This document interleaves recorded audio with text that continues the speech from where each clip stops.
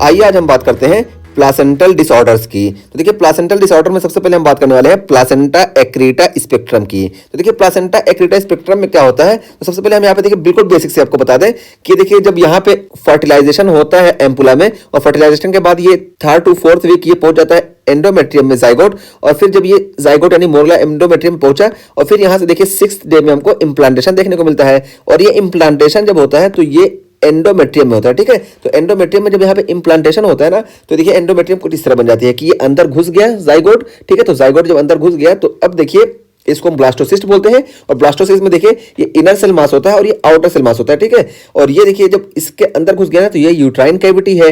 तो uterine cavity में जब ये अंदर घुस गया तो यूट्राइन कैविटी इसको ऐसे कवर कर लेती है, ठीक है। तो इसको जब कवर कर लेगी तो देखिए यूट्राइन कैविटी में ये वाला हिस्सा जो बिल्कुल मायोमेट्रियम की तरफ है, इसको हम बोलते हैं डेसिडुआ बेसिलिस, ठीक है। तो ये डेसिडुआ बेसिलिस हो गया, और ये जो हिस्सा कवर करता है इसको ना कैप की तरह, इसको हम बोलते हैं डेसिडुआ कैप्सुलरिस। और ये देखिए कैविटी है, और कैविटी के बाहर वाला जो हिस्सा होता है ना, इसको हम बोलते हैं डेसिडुआ पेरिटेलिस, ठीक है। तो ये डेसिडुआ बेसिलिस से हमको यहाँ पे मतलब है। तो डेसिडुआ बेसिलिस देखिए क्या होता है, अब हम बता दिए कि एंडोमेट्रियम का वो हिस्सा जिस तरफ इंप्लांटेशन हुआ। जैसे हम बता दें ये देखिए जैसे ये हो ना कि यहाँ पे मान लो इंप्लांटेशन हुआ, एग्जांपल के तौर पे लेके चल रहे हैं, इंप्लांटेशन हुआ तो ये जब इधर इंप्लांटेशन होता है इधर वाला हिस्सा जो होगा इसको हम डेसिडुआ बेसिलिस बोलेंगे, और ये ऊपर से जो कवरिंग हो जाएगी एंडोमेट्रियम की इसको हम डेसिडुआ कैप्सुलरिस बोलेंगे, और ये इसके अपोजिट वाला जो है ना कैविटी के बाद वाला इसको हम बोलते हैं डेसिडुआ पेरिटेलिस, ठीक है। तो ये डेसिडुआ पेरिटेलिस हो गया। तो पूरा ये जो है जो इससे अलग है ये डेसिडुआ पेरिटेलिस हो जाएगा। तो बहरहाल हमारा ये मतलब यहाँ पे क्या है कि ये तो हो गया हमारे डेसिडुआ बेसिलिस। अब ये देखिए जो एम्ब्रियो होता है जो यहाँ पे इम्प्लांट हुआ,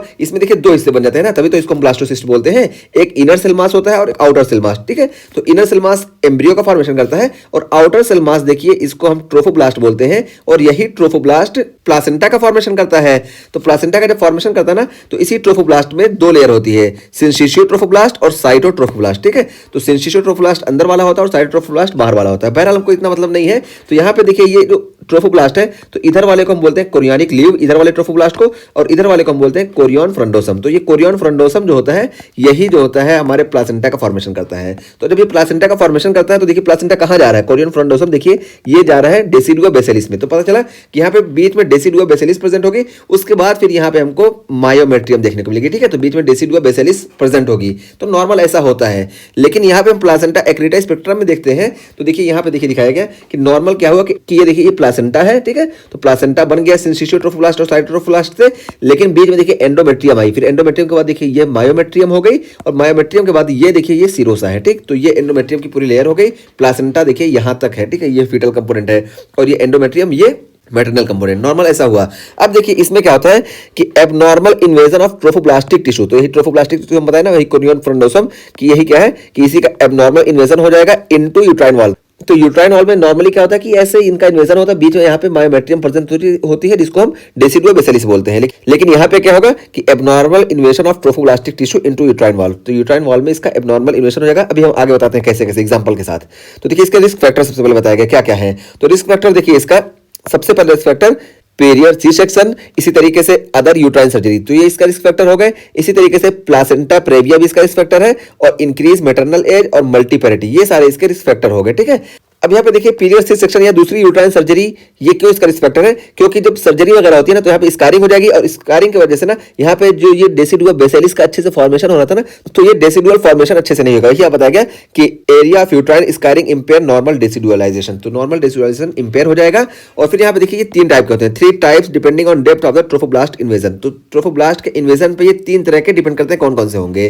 तो नॉर्मल हम ये बता दें कि यहाँ पे डेसिडुआ बेसिलिस यानी एंडोमेट्रियम प्रेजेंट होगा, लेकिन ये जो 3 टाइप के होंगे इसमें सबसे पहले हमारा जो होगा ये प्लासेंटा एक्रीटा होगा। और प्लासेंटा एक्रीटा में क्या होगा कि attach to myometrium without invading it, ठीक है। और ये मोस्ट कॉमन टाइप है। तो यहाँ पे देखिए क्या होगा कि ये प्लासेंटा डायरेक्टली मायोमेट्रियम से अटैच हो जाएगा, और यहाँ पे क्या होगा डेसिडुआ बेसिलिस, ये देखिए ये एब्सेंट हो जाएगी इंस्टेड ऑफ ओवरलाइंग डेसिडुआ बेसिलिस। तो डेसिडुआ बेसिलिस नहीं प्रेजेंट होगा, डेसिडुआ के बजाय ये डायरेक्ट मायोमेट्रियम से अटैच हो जाएगा, ठीक है। लेकिन यहाँ पे इन्वेडिंग हमको नहीं देखने को मिलेगी, देखिए बिल्कुल ये सिर्फ अटैच हो रहा है, कोई इन्वेडिंग नहीं देखने को मिल रही है, और यही मोस्ट कॉमन टाइप है, ठीक है। तो ये हो गया हमारा प्लासेंटा एक्रीटा।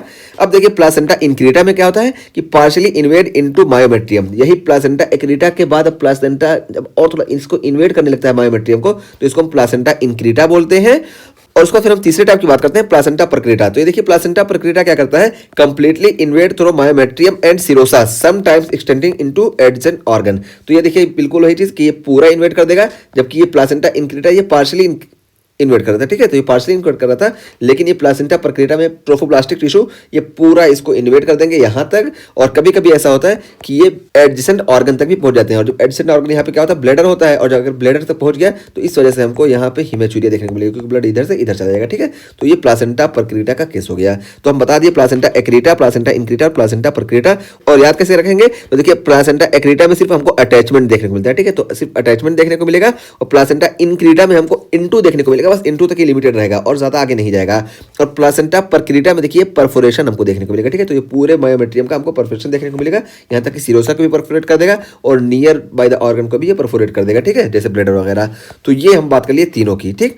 तो ये हो गया प्लासेंटा एक्रीटा स्पेक्ट्रम। अब यहाँ पे देखिए हमको प्रेजेंटेशन क्या देखने को मिलेगा, present with difficulty separating placenta from uterus after fetal delivery and severe postpartum hemorrhage upon attempted manual removal of placenta। तो यही देखिए यहाँ पे क्या है कि जब ये बिल्कुल अच्छे से इन्वर्ट हो जाएगा, कौन सा किस टाइप का, उसी हिसाब से यहाँ पे हमको सीवियरिटी देखने को मिलेगी। तो जब ये अपना नॉर्मल नहीं है, यहाँ पे डेसिडुआ बेसिलिस नहीं प्रेजेंट है, ये मायोमेट्रियम से अटैच हो गया, तो अब क्या होगा कि आसानी से छूटेगा नहीं, आसानी से निकलेगा नहीं जब हम डिलीवरी करेंगे, ठीक है। तो डिलीवरी के बाद यही देखने को मिलेगा कि प्रेजेंट डिफिकल्टी सेपरेटिंग प्लासेंटा, तो प्लासेंटा को सेपरेट करने में डिफिकल्टी देखने को मिलेगी फिटल डिलीवरी के बाद। और इसी तरीके से हमको सीवियर पीपीएच देखने को मिलेगा जब हम मैनुअल रिमूवल ऑफ प्लासेंटा करेंगे, ठीक है। तो जब हम मैनुअल रिमूवल करेंगे तो हमको सीवियर पीपीएच देखने को मिलेगा, क्योंकि यहाँ पे मायोमेट्रियम इन्वॉल्व है। और ऑफन एक्सट्रैक्टेड पीसेस, और ये मोस्टली क्या होता है कि देखिए ये पीसेस में होता है। ऐसा होता है ना कि कभी कभी कोई चीज़ हम ऐसा करते हैं कि वो चिपके ना, तो चिपकने के लिए हम कुछ चीज़ें लगा देते हैं, ठीक है, कुछ चीज़ें लगा देते हैं ताकि ये चिपके ना। और अगर वो चीज़ वहाँ से गायब हो जाती है तो क्या है, हमको उस चीज़ का एडिशन देखने को मिलता है। तो यही चीज़ यहाँ पे होती है कि ना चिपकने के लिए यहाँ पे देखिए एंडोमेट्रियम प्रेजेंट थी, डेसिडुआ बेसिलिस, लेकिन जब ये गायब हो गई तो इस वजह से हमको यहाँ पे प्लासेंटा चिपका हुआ दिखाई देगा, इस वजह से हमको ये सारे सिम्टम यहाँ पे देखने को मिलेंगे, ठीक है। इस वजह से यहाँ पे जो ट्रीटमेंट होता है ये हिस्टेरेक्टोमी इसका ट्रीटमेंट होता है। तो ये हम बात कर लिए प्लासेंटा एक्रीटा स्पेक्ट्रम की। तो तीनों की हम बात कर लिए कि एक्रीटा में हमको अटैचमेंट देखने को मिलेगा, इंक्रीटा में हमको इंटू देखने को मिलेगा, यानी अंदर तक चला जाएगा, और परक्रेटा में हमको परफोरेशन देखने को मिलेगा। इस तरह से याद रखेंगे, बिल्कुल आसान चीज़ है, कोई ज़्यादा इसमें परेशानी की बात नहीं है। और रिस्क फैक्टर यहाँ पे पीरियड सी सेक्शन या दूसरी यूट्राइन सर्जरी है।